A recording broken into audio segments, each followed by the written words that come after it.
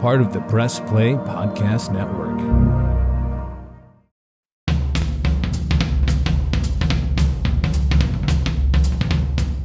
Hey guys, it's Don Mike Mendoza, your host for Producing While Asian, and welcome to today's episode. Today we're talking with Maria Cade. She is a local title holder in the Miss America organization as Miss Central Pennsylvania. She just came off of running for Miss Pennsylvania about 3 weeks ago prior to this episode, and she placed as the first runner-up. For people that don't know what that means, if Miss Pennsylvania moves on to become Miss America, Maria will then become Miss Pennsylvania. So she talks all about that experience, and she is also a local reporter in Central PA as well. So definitely for those in our audience who are broadcast journalism people or into broadcast, it's really awesome to hear her story. And her platform that she carries in both of these communities that she's part of professionally is the idea of representation matters, which is exactly what Producing While Asian is about. So I hope you enjoy our conversation. We go really deep into how representation can be better in all of the industries that she touches. And we also talk about some fun things like favorite musicals and favorite roles. So here you are, and welcome back to Producing While Asian. Enjoy. Hello, Maria. Welcome to Producing While Asian. It's so nice to see you and have you on the show. Yes. Hi, Don Mike. It's so great to be here. I'm so glad that you reached out to me, and I'm so excited to have this conversation today with you. It's going to be really fun. We've got a lot to talk about, and your story is just so fascinating to me, and I'm excited to hear more. So for our audience that has not met you, tell us a little bit about kind of your background and how you got into being a reporter and how you landed on the subject matter of carrying the Representation Matters banner and also being involved in competitions and your title. So I know that's a lot of stuff in one question, but we're here in podcast land, so just tell us about yourself. Yes. So my name is Maria Cade. I am right now currently working as a TV news reporter in Central Pennsylvania for our CBS affiliate station, WTAJ TV News. And I also am currently serving as Miss Central Pennsylvania. So that is a local title that I was given the opportunity to pursue through the Miss America organization. And by earning that job, I was then able to go on and compete at Miss Pennsylvania, where I was so honored to have been named first runner-up to Miss Pennsylvania 2022. So everybody who is in the Miss America organization has what was formerly called a platform, now is called a social impact initiative. And mine is called Be Visible. And it's all about representation and inclusion for all, no matter who you are, where you come from. And I decided on this specific issue that I wanted to address during my year as Miss Central Pennsylvania, because I have a specific story with representation that I felt needed to be heard and wanted to share with other people. So growing up, I come from a multiracial background. So my mom is Italian and my dad is Taiwanese. He was born in Taipei, Taiwan, and he moved to the United States when he was 7 years old. So growing up in America, he sort of became assimilated to American culture and lost touch with his Asian side and his Taiwanese side because the entirety of his family still lived in Taipei. Him and his sister moved here by themselves when they were 7 years old. So that being said, once I was born and once I started growing up in my community, I grew up in a small town in Western Pennsylvania called Newcastle. And it's about as Italian of a small town as you can get. Basically, everybody here is Italian or has some type of Italian roots. So I was very much engrossed in that culture growing up, and I was in touch with that side of myself. But aside from my dad, his sister, who actually ended up moving to North Carolina, and a few friends who I'd met from the theater community who were also a part of the AAPI community, I didn't see much representation in my community. And for that reason, I felt like I had to hide that portion of myself to fit in or, to find some sort of popularity or community, because I didn't think that I could truly be myself and be accepted for who I was, because I didn't see other people who looked like me and who came from a similar background as me. And it wasn't until my senior year at UNC Chapel Hill, where I went for my undergrad, when I met a journalism professor who was actually half Taiwanese as well. Her mother was from Taiwan, and she had gone on to be a professional TV news journalist. And that was exactly what I wanted to do. And it was like a light bulb moment for me once I met her and got to be mentored by her and, hear her story, see her success. that really fueled me to say, well, I deserve to be in this position. And other people who might be feeling, a similar way about their confidence relating to their racial background deserve to see representation as well, so that they can go on and achieve success in the future. That's awesome. I mean, go ahead and shout out the professor, because I'm sure, there are other students who might be learning. Well, Dr. Lynn Owens is her name. She was a former professor at UNC Chapel Hill. She recently is not teaching at the university anymore, moving on to bigger and better things. But I mean, awesome. Everybody who has been touched by her, I think, can say that she's changed their lives. So, I mean, I feel so fortunate to have been able to, work with her, learn from her, and just really see that visual representation.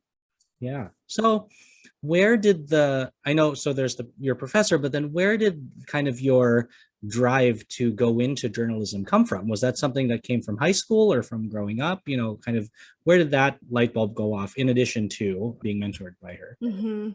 Well, growing up, I feel like every household has one morning news show that they always watch. My family was a Good Morning America family.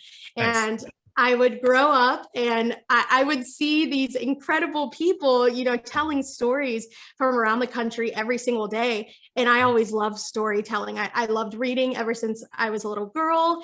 I didn't really get much into creative writing, but whenever I had the chance, it was just a passion of mine. I love to tell people stories. I remember when I was little, I had a little flip camera, video camera, and I would film short vlogs and, movies and, my friends and family. And it was that storytelling aspect that I just loved, telling people's stories and sharing those stories with other people. Even if my family didn't want to watch them, I forced them to. And I think that once I saw that there was a way that I could professionally tell stories through different mediums too, not only just writing, but the visual medium and audio as well, that was really an important factor when I thought, well, this is something that I think I might be interested in and something that I want to explore further. That's great. And so you're a journalist, broadcast journalist, but you also sing. So you mentioned friends in theater. Talk to us a little bit about that background, because that's where I also am really excited to chat with you, because you and I have a similar background in that sense, where, I did theater in high school, and then I really wanted to go into broadcasting because I come from that kind of a family in the Philippines. And so when it came to college, I studied musical theater and broadcast journalism at the same time. And so definitely feeling your vibe with your career and all of that. So talk to us a little bit about your theater side and how that kind of shaped your journey and where you are now. Absolutely. I mean, growing up, my mom always tells people that I sang before I could talk. And I don't know if she just says that because I haven't stopped singing ever since I think I could discover or make sounds. But I just loved performing, and I would always watch movie musicals with my family, and that really fueled my love of performing. And there's one community theater in my hometown called the Newcastle Playhouse, and I mean, that's where I fostered my love of performing by going there and being in community theater productions, meeting people who had a similar passion as mine and were, so in love with the thought of performing and sharing our gifts and talents with our community. And being in that environment, especially as someone from the AAPI community, it was difficult because, like I said, the majority of people who participated at the Playhouse were Caucasian. We had a few Black cast members as well, but the majority did not look like me. I can remember off the top of my head, I think there were probably people that I can count on one hand who were a part of the AAPI community who I participated in theater with. And that was something that I grappled with too. I felt like for some shows there were only certain roles that I could be typecasted or boxed into just because of who I was. And I know that that's something that a lot of performers and people in the arts go through who are from a specific racial background. So that was definitely something that I had to go through while I was, performing. And I ended up studying music at UNC Chapel Hill as well as broadcast journalism. So I was able to continue my passion for music and theater there as well. I was the executive director, which I guess would be the producer title for our premier musical theater group at UNC. So that was an awesome experience. And that's really where I grew my love for classical music, which is part of what I chose for my talent for Miss Pennsylvania as well. Yeah, and you have a gorgeous voice. I Thank remember you. just being very impressed. And so with that, I'm going to ask you a fun question first. So being in a lot of shows, give me and this might be really hard to answer, but give me your like top three musicals. And then, Yes, that is hard. so just ones you love, and then the other one is like top three that you would love to be in. And the Okay. reason why I asked that half of it is talking about, we're going to dig into the representation side. So, all right. So favorites first, and then ones you want to be in next.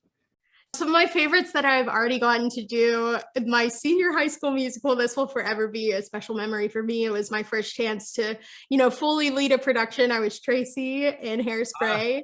Amazing. So it was so much fun. It combined my love for singing, and I grew up dancing as well. So I was able to share those skills as well. It was just awesome. You got to love a good high school musical.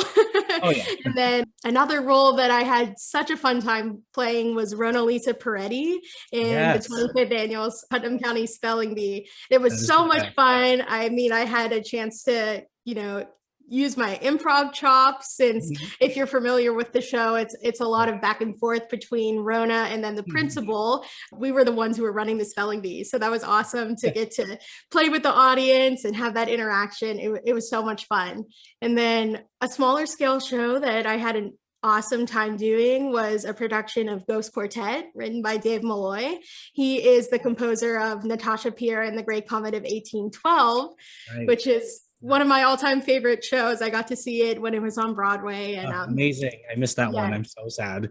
And, it was incredible. And now they're starting to license that show out for regional theaters. So I mean, getting ahead to the next question, Natasha is one of the dream roles that I would love to play. I mean, just an incredible classical soprano role.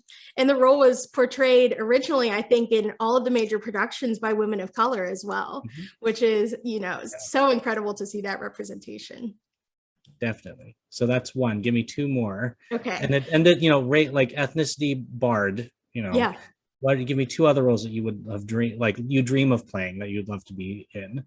The top of my list, this is a show that I've loved ever since I was a little girl. I just love the music, is Amalia Balish and She Loves Me. I love that show so much. It just combines the perfect elements of comedy and dramatics as well. And the score is beautiful. I love the music. I got to see one production of it with a regional theater when I was at UNC Chapel Hill, and I would love the opportunity to play Amalia someday in the future. That would be amazing. And another role, just sentimental, is Christine in The Phantom of the Opera. I love that music. I grew up singing it, and I would just love to be Christine. Cool. There's a regional theater in DC called Signature Theater, and they just did She Loves Me, and they cast a Filipino woman awesome. I believe in the role that you're talking about, and she's also the woman who was the first AAPI Christine in Phantom. Is it Ali Ewald? Ali Ewald, right? Yes. Ali Ewald is a friend of mine, and she's an awesome person. And so it's funny because of her, it is possible for you. So I think it's less of a dream and more of a when it's going to happen. Absolutely. And I mean, I was familiar with her when she got the role. I think I was probably 13 or 14 when she got the role on Broadway. And I remember hearing that news and seeing it and just thinking, I mean, that's incredible, that the fact that she was able to break that barrier. And, that was another reason why, I thought that I could do it as well. And she's a really wonderfully nice person, and she's fun to eat dumplings with. We did that in Vegas together. Well, that's always important. Well, maybe one day we'll have the two of you on together and you guys can discuss representation. That'd be awesome. Really fun. Hi, my name is Jeremy Powell, co-host of the Oranges, Oranger, Browns podcast. Check us out anywhere you listen to podcasts. For all your Browns coverage, post-game, pre-game, anything you need Browns, you'll find it here on the Oranges, Oranger, Browns podcast. Flowers fade, the fruits of summer fade, they have their seasons side to be, but please promise me that sometimes you will think of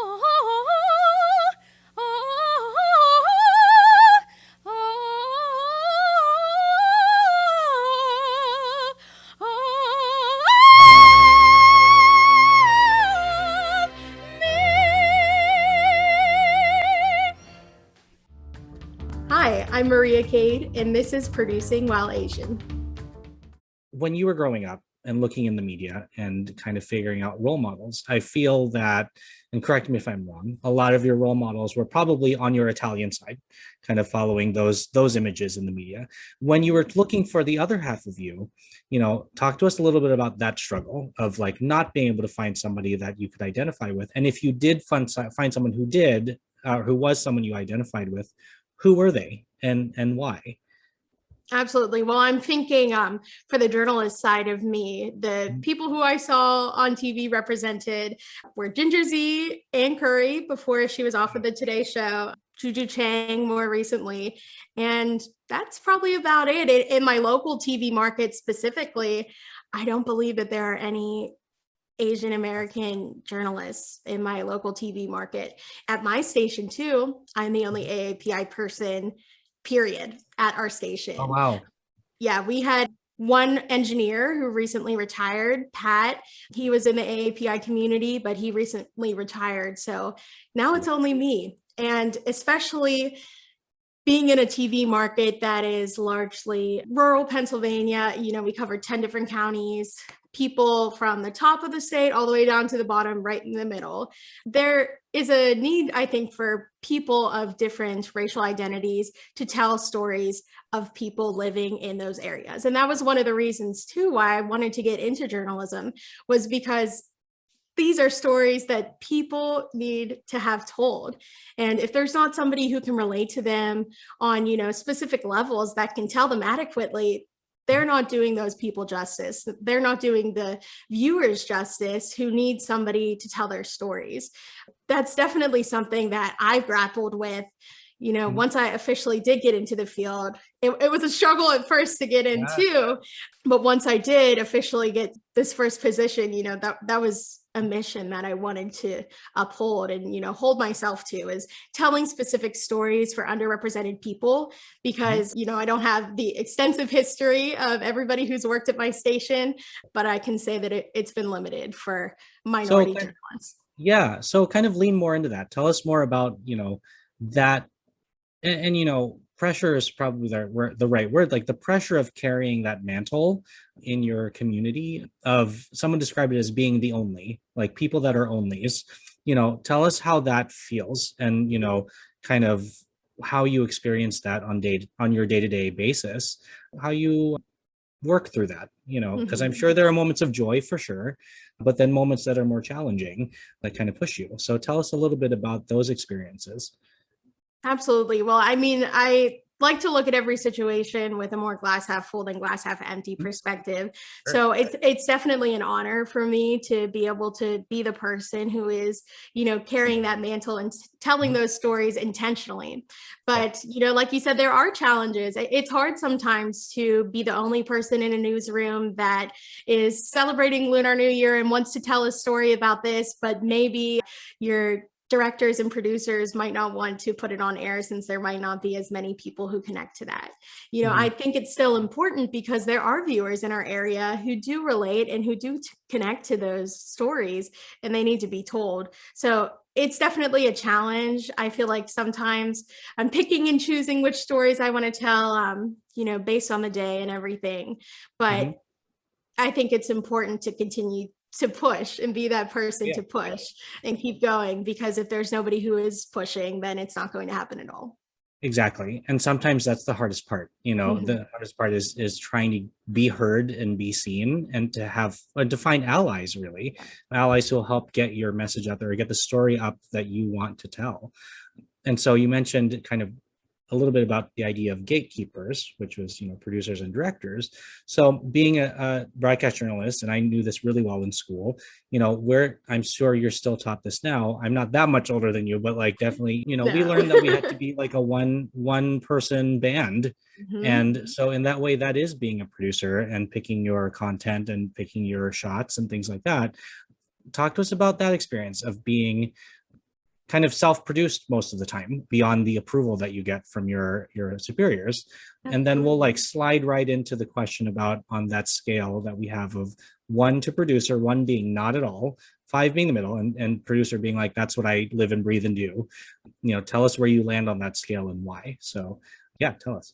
Well, my favorite part of going to different shoots is, like you said, right now I'm an MMJ. So I find my own stories, pitch them, write them, set up the interviews, conduct the interviews, do the filming, go back, write the script, get that approved, edit the video all together, write up the web stories. So I am a one-person show basically with the majority of the content that I'm putting together for the station. And it's always such a joy whenever I go to a shoot and everyone's like, where's the camera person? Where's the camera guy or the camera right woman? Yes, I'm like, it's me. I'm doing it all. So that's definitely been, something fun that I like to bring when I go to different interviews and everything, breaking down barriers as well. Most people assume that a lot of journalists, especially in local markets, this is especially prominent, that they're just reading a script on camera and that's about it. So definitely showing people in the area that we do it all and we can do it all. I think that's definitely so much fun. And in terms of producer, I would probably give myself a 3 or a 4. Definitely still learning, but I think for me, being a producer is being able to organize and, lead groups of people. And even though as a journalist, I'm leading myself basically, but it's up to me to organize everything for the story to make sure that it makes air on time and airs smoothly. So I think those skills definitely would lend itself to the producing realm. And I have dabbled a little bit in producing when I was in college, not very much, still have so much to learn, but probably a 3 or 4.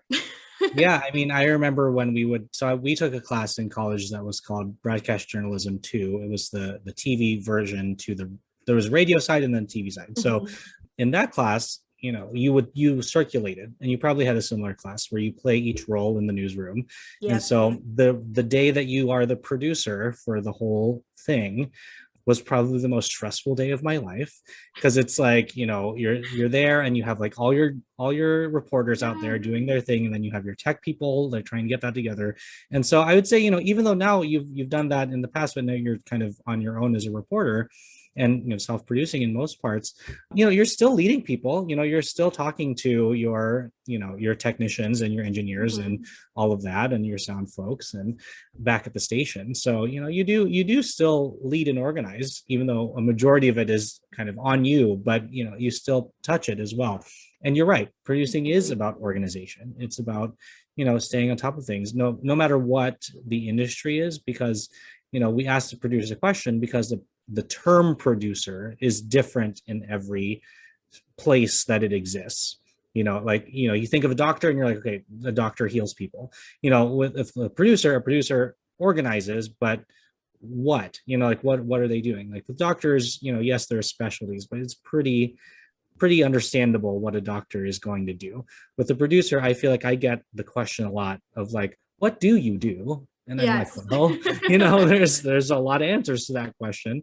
And, well, it's funny when I told my mom that you had asked me to come on the show, and I told her a little bit of the background. She always said to me, what is a producer? Like, what exactly do they do? So, I'll definitely have to share it with her and get her to listen to it as well, so she can learn a little bit more about it. Totally. And, on this show, there's plenty of different producer types that have been guests, and it's just a really fun round table of people. And so I know down the road, we're going to start doing like crossovers where like past guests will talk to each other about hot topics, and it'll be, really amazing. And so, right now it's awesome to talk to people one-on-one or in small groups, but I'm looking forward to the phase of all of this when we can start digging into, really specific issues in our industry, because there's a lot, and no matter where you're from, whether you're in theater or music or broadcast or movies, it kind of all, at least for this podcast, kind of all lead to one place. So another purpose of this podcast is we're here to shout out people like you who are around and are available to be contacted to be either a resource or a mentor or for hire.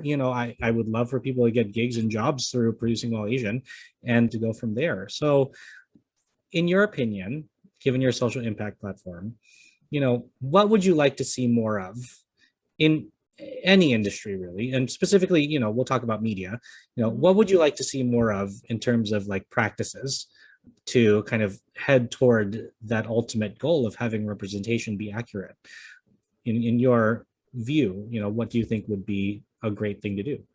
Well, I think it starts from the top down. There need to be more BIPOC journalists in higher positions of power, and not just visually the people who you see on TV, but the news directors, the managers, the producers. It starts from the top down because they're the ones, who are making the decisions every day. And if we're able to get differing voices in there, I think that really is going to, create more opportunities for younger people of color who are journalists and are trying to get into the media industry. That'll give them more opportunities and definitely feel more comfortable going into a situation where, they may be still feeling it out and everything. Sure. So switching over to your local title. So as Miss Central Pennsylvania, tell us about some great, fun, joyful memories that you've experienced so far. Give us a really awesome story. And even, if it touches on representation, even better, but kind of talk to us about the joys of being, who you are as Miss Central PA. I feel like you meet a lot of people and learn so much every day during your time in service. Absolutely. And the best thing too is that my job as a journalist and my job as Miss Central Pennsylvania, they kind of go hand in hand. I was introduced as Miss Central Pennsylvania on my station as well. So the majority of our viewers know that I'm also Miss Central Pennsylvania, as well as being a TV news journalist. And I think breaking down that barrier as well has been really important for me, because a lot of people, especially in rural areas, they sort of have a one lens view of who a Miss America title holder is, who Miss America is. And, with the increase of Miss America 2.0 and bringing that into the equation and the changes that the organization has gone through throughout the past few years, it's opened the doors for so many women who might not have previously been a part of the organization to be a part of it and, really continue to make an impact. Because what I love so much about this organization is that it's not about the competition at the end of the day. That is 3 days out of a 365 days a year of service. So what really matters is the impact that you're making beyond and before those 3 days of competition. So for me, it's very important for me to tell people, yes, I'm a TV news journalist. Yes, I work full time, but I also do this on the side, and I'm also able to create an impact in my community and share a message of inclusion and representation with Central Pennsylvania, because that is a message that needs to be shared. A lot of people have come up to me and said, are you a beauty queen? Or, how are you able to be a journalist, but also be in the Miss America organization? And, taking the 4 or 5 minutes to explain to them that the organization has so many incredible opportunities for women, not just for scholarships, professional development, the service opportunities. I mean, there's really, in my opinion, no other organization that is providing women with the tools to truly go out and succeed in whatever arena they choose to. So it's important for me, as somebody who is in a very visual role in my community, to also share and be proud of the fact that I am in the Miss America organization.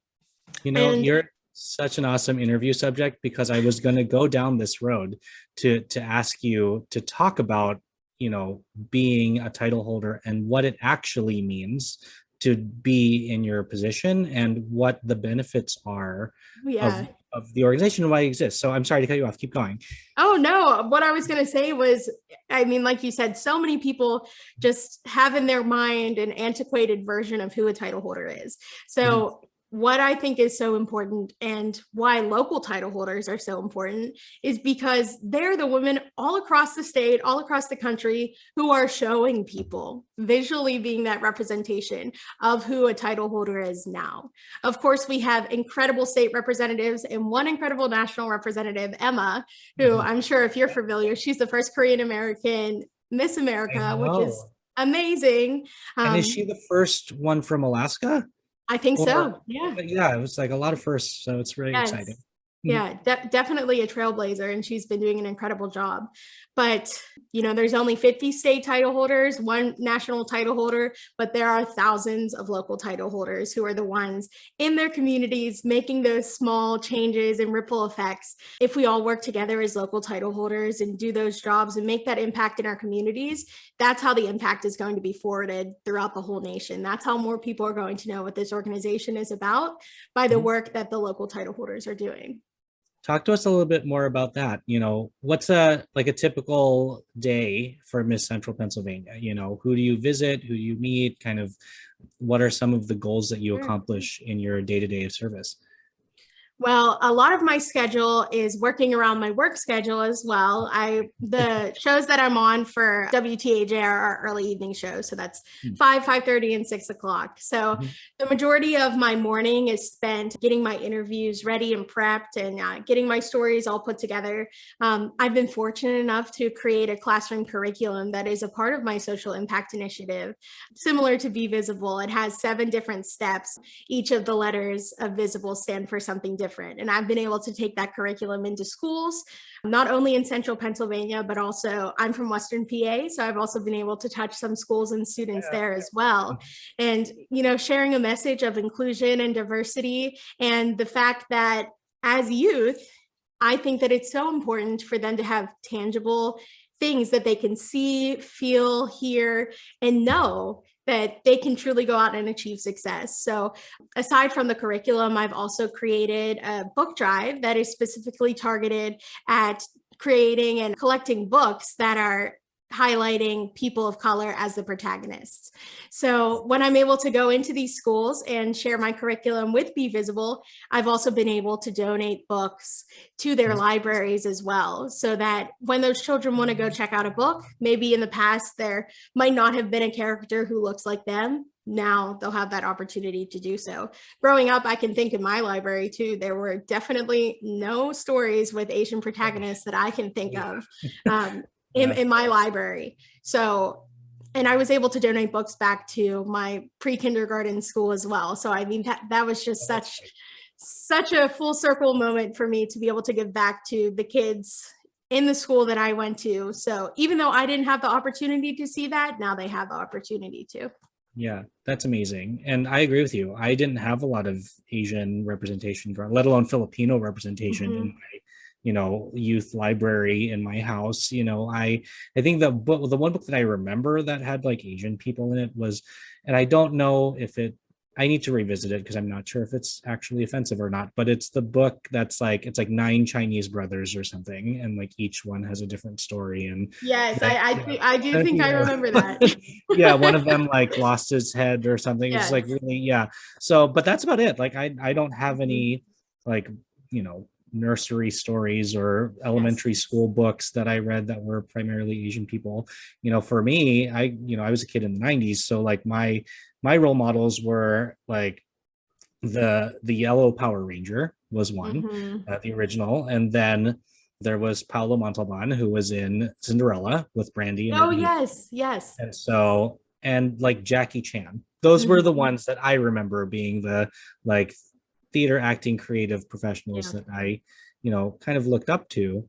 And down the road, like speaking of full circle moments, like I eventually ended up getting to be in a movie with Paolo, and so to tell him what he meant to my upbringing and someone who is Filipino in the arts was like so crazy. But what's so great about his generation of actors and performers is that they do want to mentor and give back. Like Ali wants to mentor and give back. It's just that we all have to start making these connections.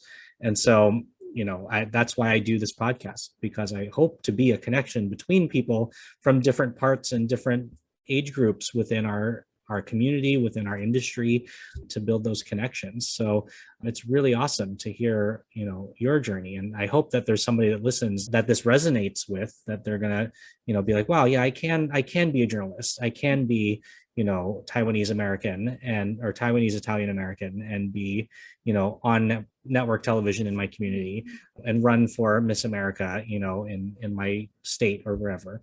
So it's really awesome. And, as a fellow AAPI person, like I'm super proud to know you. Like it's really exciting. So thanks, Don Mike.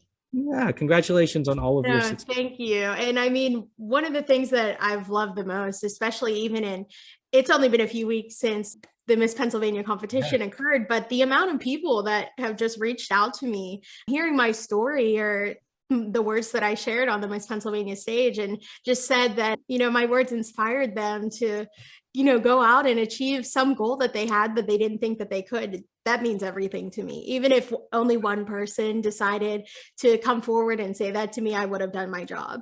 Because for me, it's all about inspiring people to go out and achieve their dreams. I didn't have the confidence to do so until I met that professor who I referenced earlier.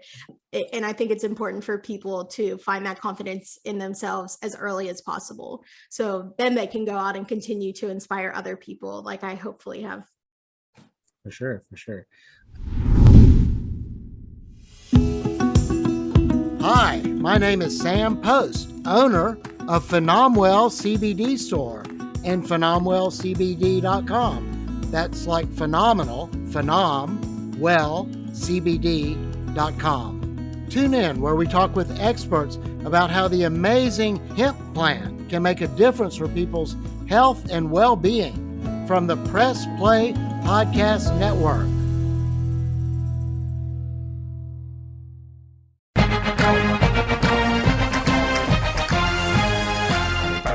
Hey, it's Tito, host of the Premier Fantasy Podcast. Get all the news and analysis you need to dominate your fantasy league. I've been doing this as long as anybody in the business. I can help give you the edge. Hi, I'm Maria Cade, and this is Producing While Asian. Another fun question. If you did not live in Pennsylvania, what is another state that you would love to represent as a title holder? Whether it be local or state, doesn't matter. But, is there another state that if you had the choice to be like, all right, I could choose a different state, and not that we're talking about Pennsylvania. I'm from Pittsburgh. We love Pennsylvania. Yes. But, if you had the opportunity to be like, okay, I'm going to run in this state, which one would it be and why in terms of comparison to Pennsylvania? Mm-hmm. Well, I didn't get involved in the Miss America organization until May of 2021. So really, I've only been in the organization for a little over a year now at this point. Yeah. But I wanted to get involved a little bit earlier because I believe they switched to 2.0 in 2018 or 2019. And at that point, I was a student at UNC Chapel Hill in North Carolina. So I had many plans to try and get involved with the Miss North Carolina Scholarship Organization. But right when I was planning on getting involved, that was 2020. So that was, of course, when COVID hit and everything. Mm-hmm. But even though I only spent 3 years in North Carolina, basically full time, it's a second home for me. I love Chapel Hill. I love the people there, especially. I mean, there's nothing like a Southern community, in my opinion. Everybody who I met down there was just so friendly and welcoming to me.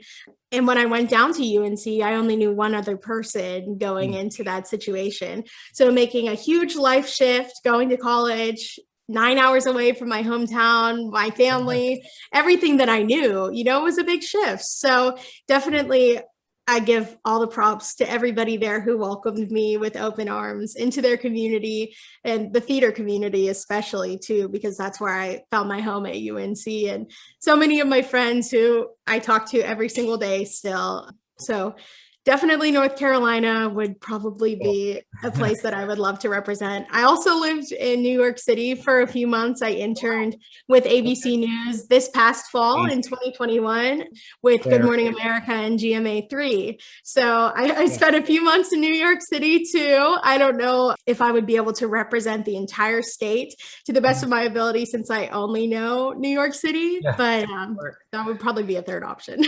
So, I mean, talk about another full circle moment. Like, tell us about your internship at GMA, getting to that point and being like, oh my gosh, I'm here on the set of the show that I grew up watching. Tell us about that experience and kind of, what you did to carry the banner of being maybe another only in that situation. Absolutely. I mean, once I was able to, fully process the fact that I had gotten the internship, it took me a long time to finally get that one yes. I had graduated in May of 2021. And like every college student, you apply to so many jobs just hoping to get that one yes.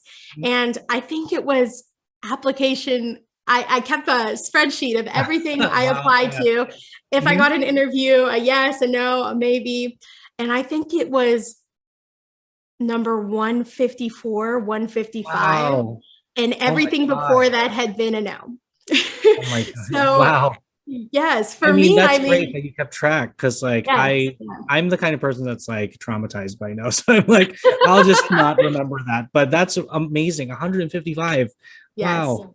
Well, I mean, the first no, it definitely stung a lot.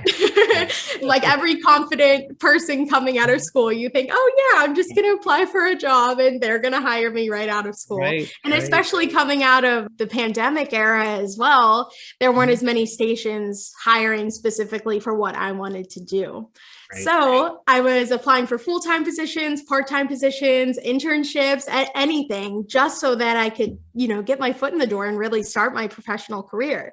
So I graduated in May, took about 3 months trying to figure everything out. They had just recently announced that they were bringing back internships for ABC News in New York City. Before that, they do it every semester normally, but because of COVID, they haven't had it since, I think, March 2020, obviously, was the last time they had it. So they posted the posting on their website, and I stalked that website every single day just to see if anything would pop up. And it popped up. And I said, you know what? I might as well just apply. The worst I'm going to hear is no. And I'm used to it at this point. So I had applied and I got a first round phone interview. And I was like, wow, this is amazing. Like, even if I don't hear anything back after this, like I made it to that first step. And then I got a second round interview, which was face-to-face over Zoom with my eventual supervisor. I'll get more into her later. She's awesome. And she's a member of the AAPI community as well. Yeah, please do. So I was able to speak to her face-to-face and to see that one of the senior producers on this national morning network show, her name's Teresa Kim, is a member of the AAPI community. That was everything for me, to be able to see her and see her in that position. So after speaking with her a few days later, I got a call saying that I had gotten the internship, and it was incredible. But I had about 3 weeks to move all of my stuff from Pennsylvania to New York City, find an apartment and everything. So it was definitely, hectic, stressful period of time. But once I was able to get there, it was just amazing. I had grown up, like I said, watching GMA. I was able to sit as an audience member in 2019. I think I went up for a trip with my dad and my brother and got us tickets to watch the show just because I loved it so much. And I just wanted to be in the room and say I was in the room. So the fact that I was able to come back 3 years later as an employee, it was so full circle. And Teresa Kim was my supervisor. She was amazing. And she was such an incredible resource for me and still continues to be to this day. I loved my time working with ABC, and I hope one day to go back in the future. My ultimate dream goal of all my professional dreams would to be sitting at the anchor desk for GMA. So absolutely. I mean, hopefully one day I'll be able to have that opportunity. Never say never, right? Yes. It's always possible. I mean, look, you got in as an intern. So, you're already in their system as an employee. All they have to do is like check a box to like change you to be, a reporter or an anchor or, something with them. So that's really awesome. What a cool story. And, if Teresa, right? If Teresa is listening, we'd, love to have you on and talk about how you affect other people's lives like Maria's. And no, definitely. I could connect you guys. Maybe we'll bring the two of you together and we can talk about your time working with each other. That's what I love about this podcast. There's so many possibilities. There's no set format on what to do. So a lot of guests are referrals from other guests, and it's just an ongoing snowball of awesome Asian people. And so given that, if you were to meet somebody who was either in high school or beginning college, or just somebody in life who's looking to make a career change or something, what, and I, it's really hard to ask somebody for one piece of advice, but like if you had like a gift basket of knowledge that you would like give to someone, what are a few things you would mention to them coming from your own experience? Because like you even said something that I say all the time, which is like, just keep asking, because like eventually you'll get what either what you want or a yes or something, and no is just no means ask somebody else. This is what I think no is. So tell us a little bit of what you would offer in terms of advice. Well, I couldn't agree more, Don Mike. I mean, the first thing that I would say is just try. Just try. It's so hard for people to take the first step in any aspect of life. And that's something that I've seen with my peers, with my family members. I think it's so important to work up the confidence in yourself to just take that first step. Because like I said, the worst they can say is no, but even if they do say that no, that should fuel you to keep going and keep pushing. And once you take that first step, it's always easier after taking that first step and working up the courage to finally go after something that you've been dreaming of for so long or working so hard towards. And once you have that first one out of the way, it gets easier from there. So I would definitely say, just try, just go for it. The worst they could say is no. And if you do get that yes, then look, there you go. But you'll never know if you could have gotten the yes if you don't try in the first place. Absolutely. During your time interning at GMA, so I was a work study for NPR in DC with WAMU, and I met some incredible people and had some great mentors, and got to see firsthand like Diane Rehm do her show. And in your time at GMA, tell us about like a top memory that you have, like somebody that you saw in the hallways that you're like, oh my God, like, I never thought I would be this close, or let alone if you talk to them or if you had a moment with somebody. The moment that I talk about all the time at AMU is when I accidentally called Senator John McCain old to his face. Oh my God. And that was really bad. I needed him to I wanted him to sign something because I didn't have my, at the time, digital camera with me. So like I didn't have anything. So I was like, oh, I have my AP style guide. Can you sign in this book? Being like a journalism nerd, in school with my AP style guide. And I turned the page open to the word senator. And so I was like, he'll sign here. This will be cool. And so I showed it to him, and I've learned now that John McCain liked to play jokes on people. And so he looked at the page and he was like, you want me to sign right there? And I'm like, yeah, right there. What? And he was like, really? You want it right there? I was like, yeah, why? And he like, on this word, and he pointed to it. And I looked at my book and it said senior citizen. Senior citizen was right after senator.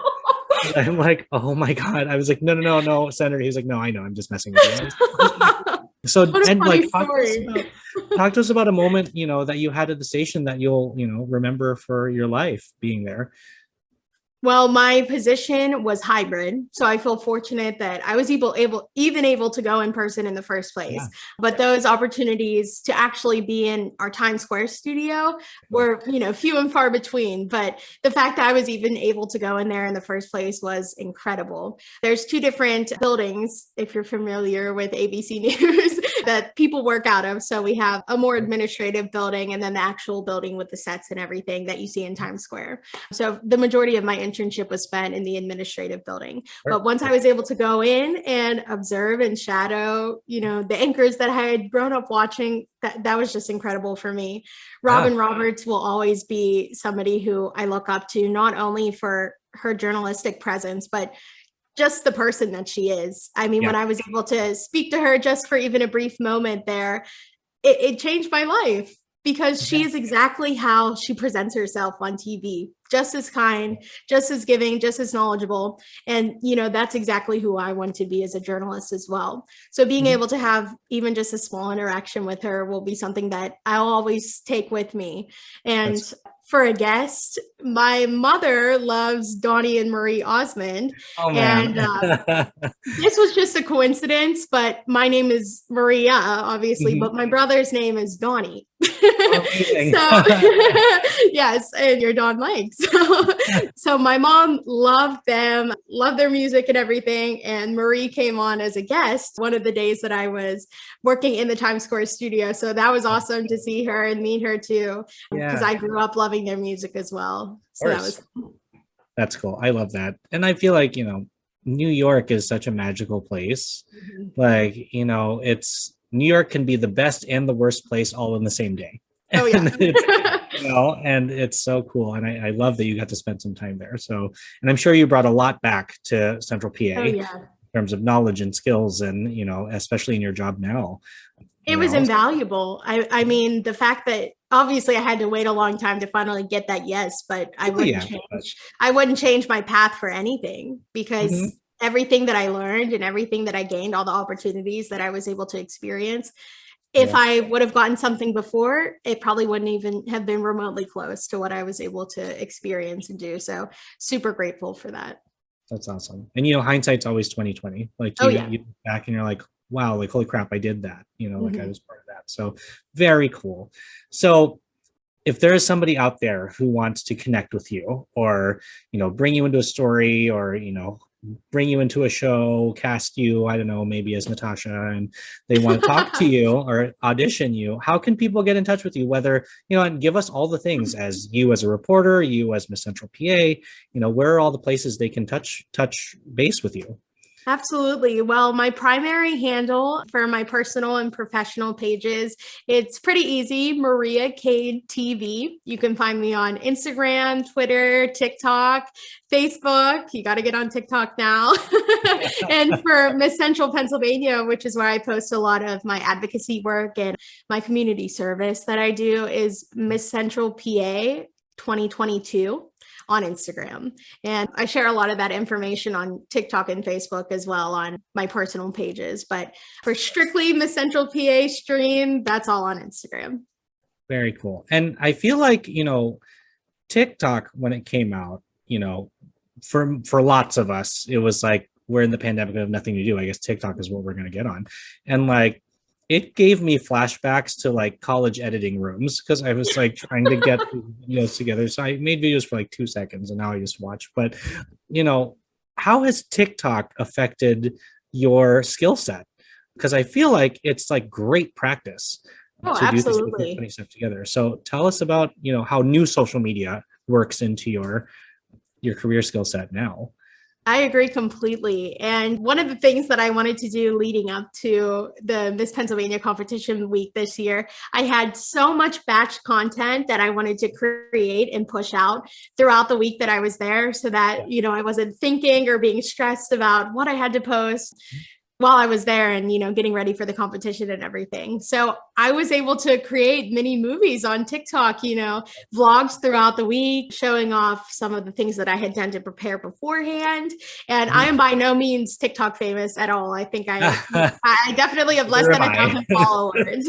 But to be able to, create that content and share it out with friends and family, there's nothing like the TikTok algorithm. I mean, depending on what you post, it could go viral like that and you could have a whole new audience. So I think it's definitely important to be intentional about what you post. So leading up to Miss Pennsylvania week, I knew that I wanted to create a bunch of content to share about what I had been doing and share about the Miss America organization as well. I follow a bunch of other women who were local or state title holders on TikTok who have really made a big presence for themselves and, are able to share educational information about the organization with people who might not be knowledgeable on it, but still want to get involved. So I've been trying to craft content in that way on that specific social media as well to help add to that conversation. I don't know, Don Mike, if you're familiar with Avery Bishop, but she is a huge TikToker who was recently named. I've not watched her content, but I know. Yes. Yeah, she was recently named Miss Texas, and she's the first Asian American Miss Texas in 85 years. They have not had an Asian Miss Texas. That is why I know that name. Yeah, yes. Somebody told me about her, not in the TikTok capacity, but that she had won Miss Texas. Yes. And so that's so exciting. And hey, yes, and she's Filipino American too. Yeah, I was like, that's so cool. I loved meeting all of you during the competition week. And, I describe it as this, and if it's a little off base, I apologize. But I was saying, I'd been involved with the Miss District of Columbia organization for a really long time because of my friend who won in 2015, Haley Jardis. And, from then I kind of got to know that organization and how like a hybrid local state competition worked, because they don't have the local level, you go straight for Miss DC. So then coming into Miss PA, I was a little prepared, but I was not prepared with how, awesome and like even just as amazing it was to meet everybody and to go through a longer week of events, getting to know all 24 of you, which was like crazy to me. I was like, there's so many people. At the end of an interview day, your brain's kind of melting a little bit. And Oh yeah. with such good information. But just kind of what you mentioned earlier, where I'm from my seat, really telling people that are a little cynical about, why somebody I got asked once, like, why would you even judge something like that? It's like so old school and antiquated. And I'm like, actually, it's not. Like, at the end of the day, they're competing for amazing opportunities for scholarship money, and all of these women have either competed multiple times and have earned a lot of scholarship dollars to put toward their dreams and their accomplishments. And, I said, they're also not just, what you said earlier, they're not beauty queens. You're not beauty queens. You're there because you're showing a platform that you believe in or a social impact message that you're talking about. Like you're showing your skills as a young professional, and kind of also everybody is so educated. It's definitely not it's not a beauty pageant period. Mm-hmm. It's a scholarship competition. And that sounds very Miss Congeniality, the line that, who's it, Candice Bergen is like scholarship competition. Yes. But, but she's not wrong. Like she is correct. Yeah, I'm right there with you, as an ally to this entire organization, just being like, it is not what media really has built it up to be. It's actually a really awesome, solid opportunity to go and not just represent yourself, but represent your community, hopefully your state, and eventually, if you're lucky enough, the country. It's a really cool thing. And I'm always so impressed by title holders that I meet in this. So, and actually, you're the first title holder to be a guest on Producing While Asian. Oh my gosh. The first to add to your list. So is there anything else that you want to bring up or say to the people that, we might not have touched on that you'd like people to know, whether about you or your work or your title or, whichever? Well, even just, piggybacking off of what you just said, I feel like I am a testament to what this organization can give to young women. I mean, I've only been competing for a little over a year, but I've already knocked off over $10,000 off of my student loan debt. That's amazing. That is incredible in a little over a year. And I mean, there are so many women who have messaged me or come up to me and said, I want to get involved, but I don't think I can. And, I'll be the first person to say, just reach out. If you're interested in getting involved at all, you can reach out to me, but I'm sure if you want somebody a little bit more local, there will be a local title holder who is absolutely more than willing to help you get involved. The paperwork is very lengthy and it can be a lot, on first glance, but there are people who are willing to help, me being one of them. And, there is a massive wealth of people who are involved, volunteers, the directors, people who are just supporters of the organization who would be more than willing to help get you involved, because what this organization really needs is more women to take advantage of the opportunities that are being provided. So I think if anybody wants to get involved in the Miss America organization, just reach out to a local title holder, reach out to a state title holder, reach out to a local organization. They'll get you the tools and put you in the right place so that you're set up to succeed and you can reap the benefits just like I have and so many other women have as well.